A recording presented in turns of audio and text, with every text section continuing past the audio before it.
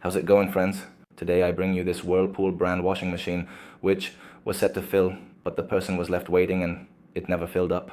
So what they did was set it to hot, to start with hot water, and then it did start to fill.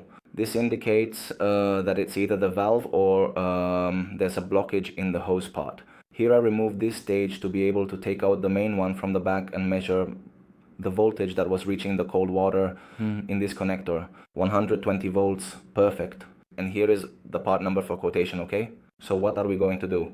Well, we realized that it was indeed the valve because it receives the 110 volts, but it doesn't open the valve. So the water inlet, here it is completely new.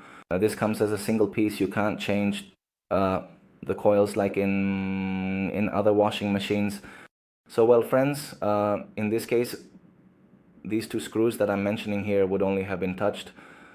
For changes in the shock absorbers, as I've mentioned in other videos, which is we remove that, pull a little upwards and backwards.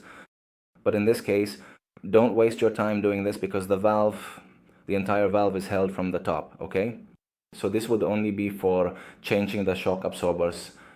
So forgetting what I just told you, with a spatula, we press to open these hooks it has here, and then we can remove the entire casing of the controls. Then the valve is held with these two Torx screws.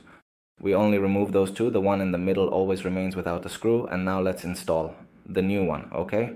Then here we put the two screws back in. Remember that the one in the middle doesn't have a screw. And in this case, since it has all its new cables, we will connect a IBO the corresponding cables. Here is what we have removed. They are not bad, but well, if you have it new, that's how it will stay. Here we put the casing back on, just press, apply pressure downwards, and it will latch.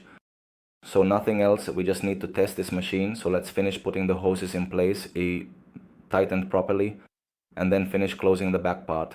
We will open the cold and hot water valves and make sure there are no water leaks in, okay? That everything is tightened properly.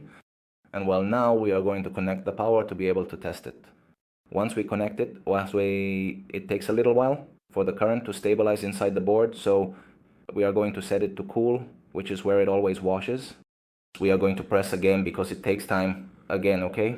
Ready. So now, since every time it opens, it will cut the flow. We see here that it's filling, but every time I open the door, it stops filling, okay? That's through the switch. So here I already have it washing. Let's go. It will stop a bit as soon as I lift it, but you can see it was agitating. So well, friends, that's all for this video. Until next time.